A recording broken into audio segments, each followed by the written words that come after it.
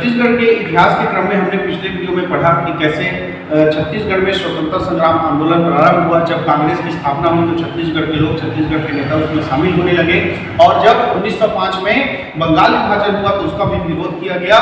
1907 में जब कांग्रेस का विभाजन हुआ तो छत्तीसगढ़ के भी नेता का दो भाग में बढ़ गए थे, गरम दल और नरम दल। इसी बीच 1909 में ठाकुर प्यारेलाल सिंह ने सरस्वती पुस्तकालय की स्थापना की। ऐसा हम जो है पिछले वीडियो में जो है पढ़ चुके थे। हमने देखा कि 1905 में जब बंगाल विभाजन हुआ था उस समय जो है देश का पहला जन आंदोलन चलाया गया था, स्वदेशी आंदोलन। और इसी स्वदेशी आंदोलन के दौरान जो है बाल गंगाधर तिलक को 1908 में 6 वर्ष का कारावास हुआ था और जब 1914 में रिहा होकर आए तो उन्होंने देश में एक बहुत बड़ा आंदोलन चालू किया जिसका नाम था होम रूल लीग आंदोलन। तो आज का क्लास हम इसी आंदोलन से शुरुआत करेंगे जिसका नाम होगा होम रूल लीग आंदोलन। होम रूल लीग आंदोलन। जो होम रूल लीग आंदोलन ये दो जगह से स्टार्ट हुआ। एक बाल गंगाधर तिलक ने स्टार्ट किया पुणे से, बाल गंगाधर तिलक,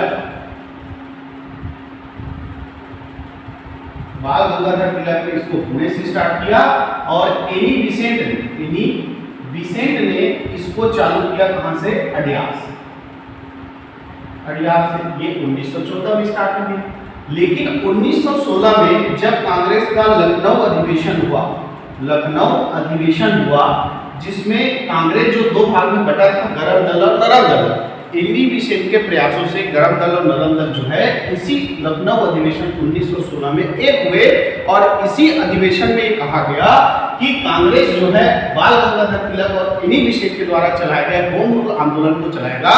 ऐसा करके लखनऊ अधिवेशन में होम रूल लीग आंदोलन का प्रस्ताव क्या हुआ, पारित हुआ। यानी अब होम रूल आंदोलन जो है जो तिलक और एनी बिसेंट के नेतृत्व में चल रहा था अब वो कांग्रेस के द्वारा पूरे देश में संचालित होगा और इस आंदोलन को चलाने के लिए देश में जो है जगह जगह किसकी स्थापना की जाएगी, होम रूल लीग की स्थापना की जाएगी। किसकी स्थापना की जाएगी, होम रूल लीग की स्थापना की जाएगी।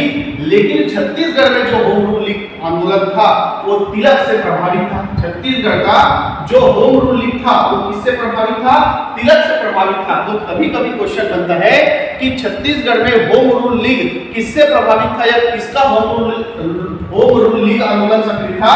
तो बाल गंगाधर तिलक का जो है होम रूल लीग आंदोलन जो है छत्तीसगढ़ में सक्रिय था। तो इन्हें 1914 में चालू किया और कांग्रेस इसको कब प्रस्ताव पारित कर रहा है, 1916 में। तो 1916 में जो है होम रूल लीग की स्थापना होना चालू हुआ। लेकिन छत्तीसगढ़ में होम रूल लीग की स्थापना 1915 में हो चुका था दो जगह।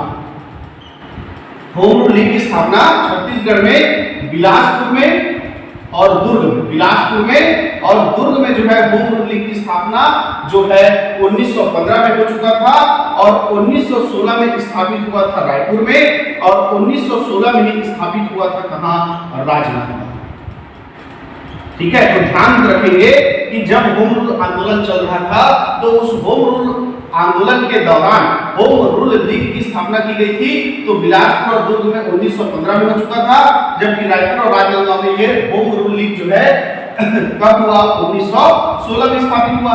बिलासपुर में होम रूल लीग की स्थापना करने वाले थे कुंज बिहारी अग्निहोत्री, कुंज बिहारी अग्निहोत्री, गजाधर साव और गोविंद प्रसाद तिवारी, गोविंद प्रसाद तिवारी। ठीक है, दुर्ग में इस होम रूल लीग की स्थापना करने वाले थे घनश्याम सिंह गुप्त, घनश्याम सिंह गुप्त। रायपुर में होम रूल लीग की स्थापना किया था पंडित रविशंकर शुक्ल, पंडित रविशंकर शुक्ल और सीएम ठक्कर। ठीक है, और राजनांदगांव में इसकी स्थापना करने वाले थे ठाकुर प्यारेलाल सिंह। तो इस तरह होम रूल लीग आंदोलन के दौरान छत्तीसगढ़ के 4 क्षेत्रों में होम रूल लीग की स्थापना हो गई। 1915 में बिलासपुर में, 1915 में दुर्ग में, 1916 में रायपुर में और 1916 में कहां, राजनांदगांव में। इसी होम रूल लीग आंदोलन के दौरान जब 6 जनवरी 1917 को बाल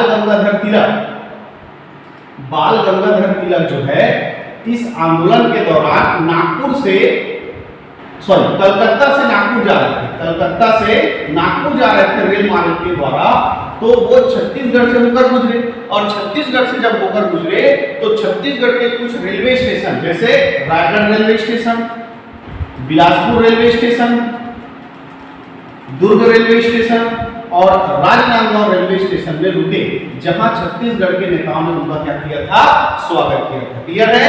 तो बाल गंगाधर तिलक इस होम रूल लीग आंदोलन के दौरान 6 जनवरी 1917 को कलकत्ता से नागपुर जा रहे थे रेल मार्ग से, तब रायगढ़, बिलासपुर, दुर्ग और राजनांदगांव स्टेशन में वो रुके थे, जहां उनका छत्तीसगढ़ के नेताओं के द्वारा क्या किया गया था, स्वागत किया गया था। इसी आंदोलन के दौरान एनी बेसेंट गिरफ्तार हुए। एनी बेसेंट को क्या कर लिया गया, गिरफ्तार कर लिया गया। जब एनी बेसेंट गिरफ्तार हो गई तो 17 अप्रैल 1917 को नागपुर में एक सभा का आयोजन किया गया इसके विरोध में। नागपुर में सभा का आयोजन किया गया और इस सभा में दादा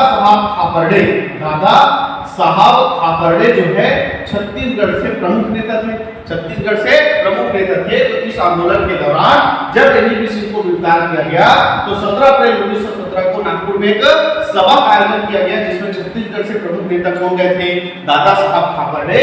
और इसी नागपुर के सभा में जिसमें एनी बेसेंट की गिरफ्तारी का विरोध किया गया था, इस होम रूल आंदोलन के संचालन के लिए स्वराज सेना के गठन का प्रावधान किया गया। तो होम रूल आंदोलन के दौरान किस प्रकार की सेना का, स्वराज सेना का गठन का प्रावधान किया गया और भारत के विभिन्न क्षेत्रों में जो है स्वराज सेना का क्या होने लगा, गठन होने लगा। तो छत्तीसगढ़ क्षेत्र में भी स्वराज सेना का गठन हुआ और छत्तीसगढ़ के बिलासपुर में, छत्तीसगढ़ के रायपुर क्षेत्र में और छत्तीसगढ़ के धमतरी में, छत्तीसगढ़ के रायपुर, बिलासपुर और धमतरी, इन तीनों क्षेत्रों में स्वराज सेना का गठन हुआ। बिलासपुर में स्वराज सेना का गठन करने वाले थे बैरिस्टर छेदीलाल और ई राघवेंद्र राव। ठीक है, बैरिस्टर छेदीलाल और ई राघवेंद्र राव ने बिलासपुर क्षेत्र में जो है स्वराज सेना का गठन किया। वहीं रायपुर क्षेत्र में जो है पंडित रविशंकर शुक्ल और महंत लक्ष्मी नारायण दास, पंडित रविशंकर शुक्ल और महंत लक्ष्मी नारायण दास, इन्होंने मिलकर जो है रायपुर क्षेत्र में स्वराज सेना का गठन किया। और धमतरी क्षेत्र में जो है पंडित सुंदरलाल शर्मा और नारायण राव मेघावाले ने मिलकर जो है स्वराज सेना का क्या किया, गठन किया। और इसी होम रूल आंदोलन के दौरान जो है 1918 में एक सभा का आयोजन जो है रायपुर में जो है वामन राव लाखे के घर में किया गया। रायपुर में किसके घर में, वामन राव लाखे के घर में किया गया था, जिसमें संगठन करता थे पंडित रविशंकर शुक्ल जो है इस सभा के प्रमुख क्या थे, संगठन करता थे। तो इस प्रकार छत्तीसगढ़ क्षेत्र में इस होम रूल लीग आंदोलन का क्या हुआ, संचालन हुआ है। अब यह होम रूल आंदोलन चल रहा था कि 1918 में हुआ छत्तीसगढ़ में 6वां राजनीतिक प्रांतीय कांग्रेस सम्मेलन। तो 1918 में 6वां प्रांतीय राजनीतिक कांग्रेस सम्मेलन ये हुआ रायपुर। कहाँ हुआ, रायपुर। तो 1918 में 6वां प्रांतीय राजनीतिक कांग्रेस सम्मेलन कहाँ हो रहा है, रायपुर में हो रहा है। इसके अध्यक्ष हैं हरिदास। इसके अध्यक्ष कौन है, हरिदास। और स्वागता अध्यक्ष थे देवेंद्र नाथ चौधरी। स्वागता अध्यक्ष कौन थे, देवेंद्र नाथ चौधरी ये स्वागताध्यक्ष थे और अध्यक्ष कौन थे, हरिदास। इस अधिवेशन में दो प्रमुख घटनाएं या दो प्रमुख काम हुए या दो प्रमुख जो है इसमें प्रस्ताव रखा गया। पहला प्रस्ताव ये था कि इस समय जो है 1914 से 1918 प्रथम विश्व युद्ध चल रहा था, तो प्रथम विश्व युद्ध में असहयोग का प्रस्ताव इसी अधिवेशन में छत्तीसगढ़ के नेताओं ने क्या किया था, प्रस्तुत किया था। तो उस असहयोग प्रस्ताव को प्रस्तुत करने वाले थे वामन राव लाखे। प्रस्ताव को प्रस्तुत करने वाले कौन थे, वामन राव लाखे। प्रस्ताव को प्रस्ताव को क्या किया था, प्रस्तुत किया था, और वही पंडित रविशंकर शुक्ल ने इस प्रस्ताव का क्या किया था, समर्थन किया था। पंडित रविशंकर शुक्ल ने इस प्रस्ताव का क्या किया था, समर्थन किया था।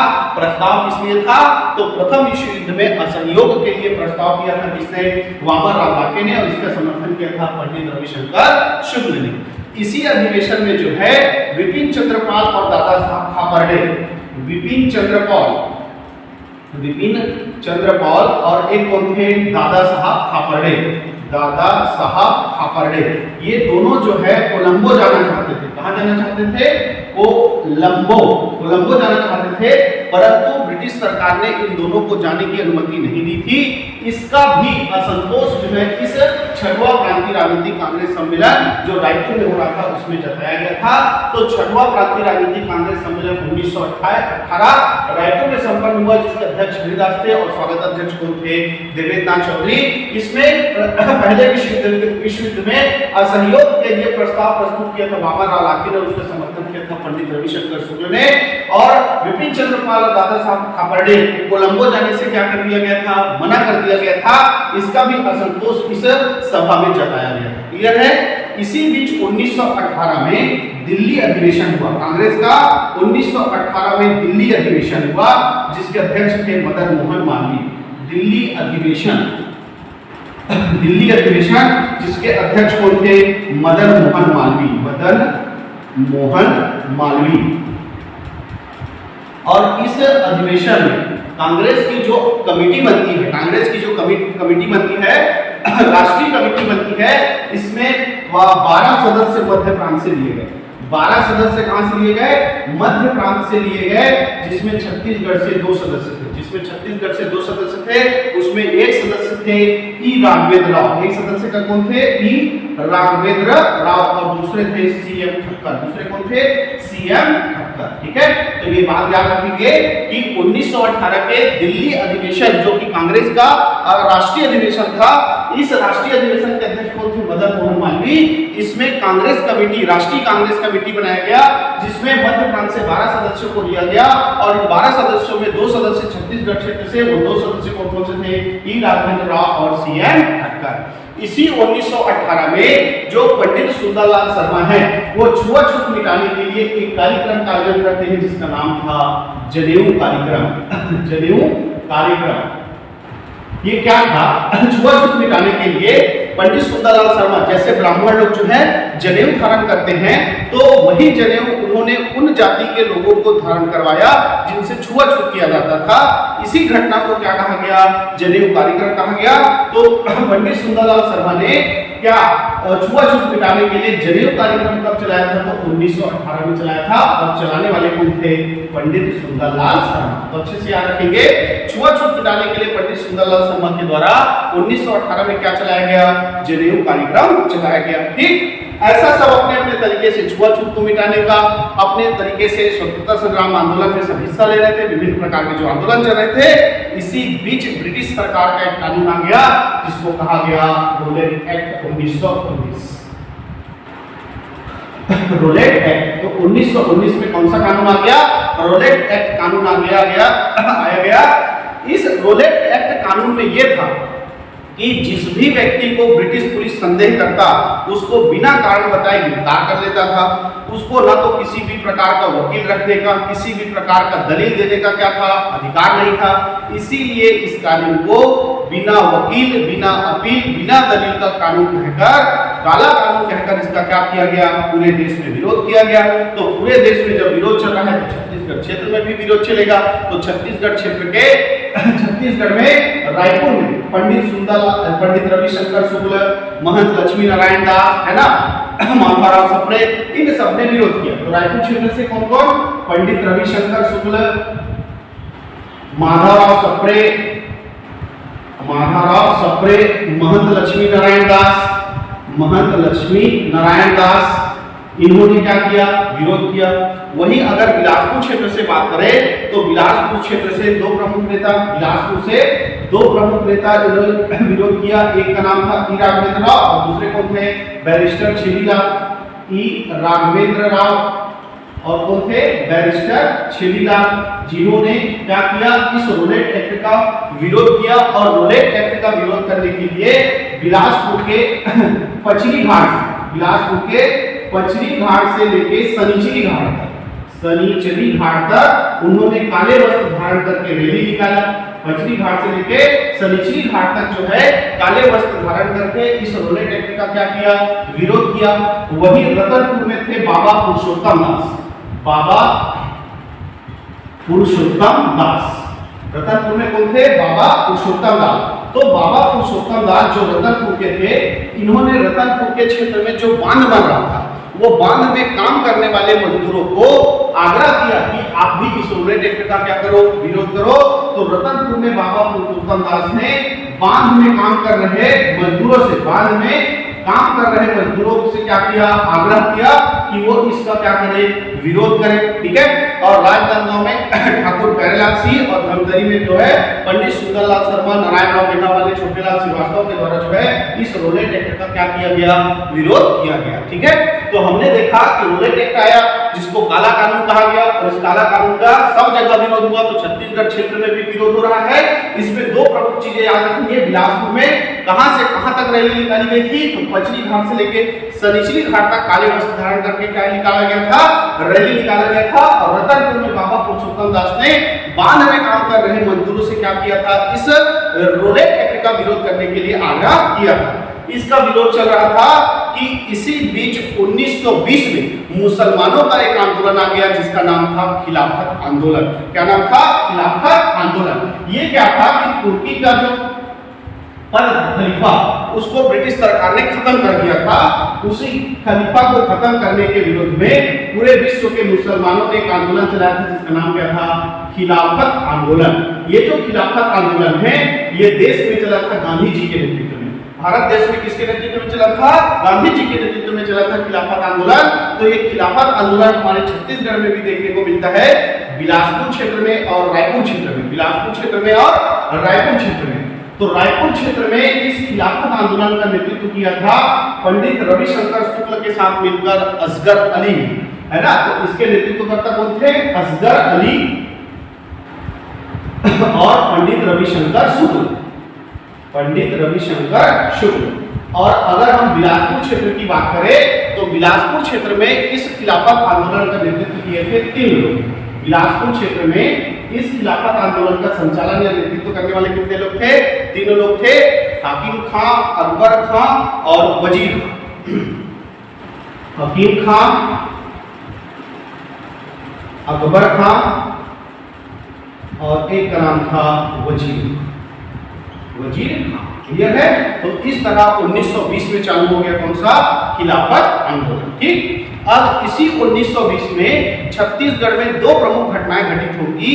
एक होगा 1920 में छत्तीसगढ़ में मिल मजदूर आंदोलन और एक होगा छत्तीसगढ़ में कंडेल नहर सत्याग्रह। ठीक। लेकिन आज के क्लास को यहीं तक रखते हैं। अगले क्लास में हम जो है मिल मजदूर आंदोलन को देखेंगे और उसके बाद जो है आगे स्वतंत्रता संग्राम आंदोलन को कंटिन्यू करते हुए छत्तीसगढ़ के इतिहास को कंप्लीट करेंगे। ठीक है। तो आज के लिए इतना ही। अगर वीडियो अच्छा लगा हो तो वीडियो को लाइक कीजिए। अरे चैनल पे नए हो तो चैनल को सब्सक्राइब कीजिए, ज्यादा से ज्यादा शेयर कीजिए। और यदि किसी भी प्रकार की कमी हमारे इस वीडियो में लगती है तो कमेंट करके जरूर बताइए ताकि हम उस कमी को क्या कर सके? दूर कर सके। धन्यवाद।